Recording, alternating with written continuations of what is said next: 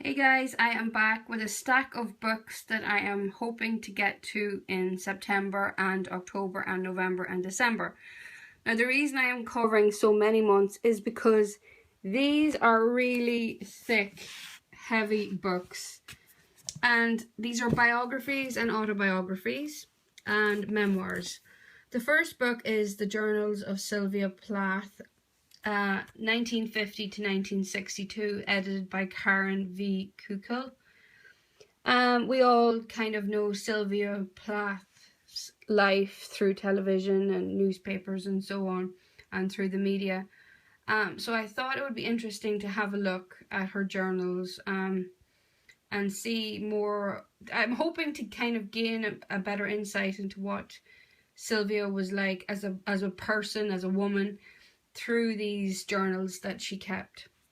Now the next book I wanted to show you is this one that I'm trying. This is the most expensive book that I have ever purchased. I think it was almost €40, and I probably wouldn't buy another book at that price, to be quite honest. But it is a huge book. It is very, very big, and I've had it for quite a while. It is, as you can see, it is stunning. It is beautiful. And as you can see, I have marked passages inside the book. It is, if you're a fan of Beatrix Potter, I would definitely recommend getting this book.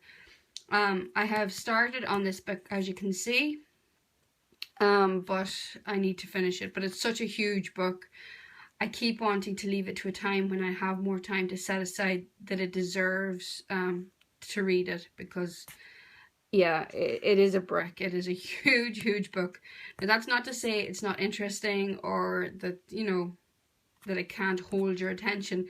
It's just I had quite a few review books to read, and after I got this, and it gradually got put further and further back. So I want to get back onto this, and yeah, I kind of like having a plan for my reading. It's because when I have a huge amount of books on my to-be-read list, I worry and stress myself out, and yeah, that I don't know what to start first and so on.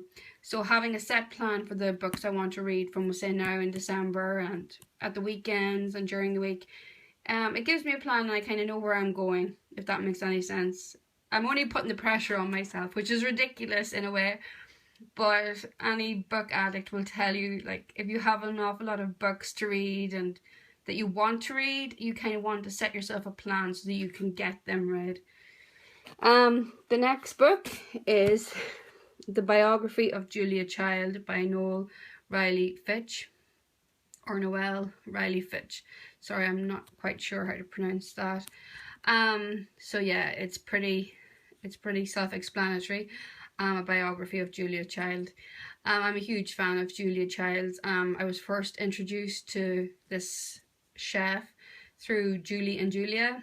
And you may have seen I have 3 editions of that book, quite by accident in a way. They were in one of my previous videos on my bookshelf tours. I believe it was probably the last one. So yeah, I'm really interested in knowing more about this woman. Her marriage, not having children, and deciding to become a chef quite late in life. I find her very intriguing, and yeah, I'm keen to know more about this writer, or not writers, chef, sorry. Then we have The Letters of Noel Coward, and as Stephen Fry says, a uniquely charming and enticing journey through a remarkable life. So, and it's edited by Barry Day. So yeah, I'm very interested in this book about Noel Coward. He seemed like such a great interesting character, a great sense of fun, and I don't know too much about this man. I have listened to a few of his plays / stories through audible.co.uk, and I found them absolutely charming. And so it'll be great to know more about him. Now the next books are all by the same author, Diana Athill, and it's her memoirs, and she wrote them later on in life, and this book is called Somewhere Towards the End. She worked in publishing her entire life. And this is another book of hers, Stet, An Editor's Life. And we have then Yesterday Morning, A Very English Childhood by Diana Athill.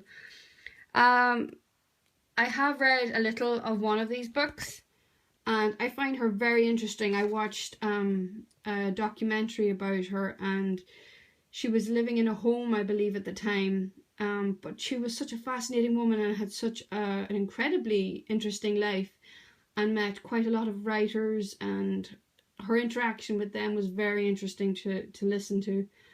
So if you are at all interested in publishing, then I would recommend these books definitely. Perhaps start with Stet. I think this is a gorgeous retro cover as well. She's definitely a very straightforward, says it as it is kind of writer. She doesn't shy away from, you know, uncomfortable topics and so on. She really does say it like it is and what things were really like for her back then, as a woman in publishing. So yeah, if you were at all interested in seeing reviews on any of these books, please let me know in the comments below, and I'll be sure to pop up a review whenever I'm finished them. So that's it for now, guys. Have a great day. Bye bye.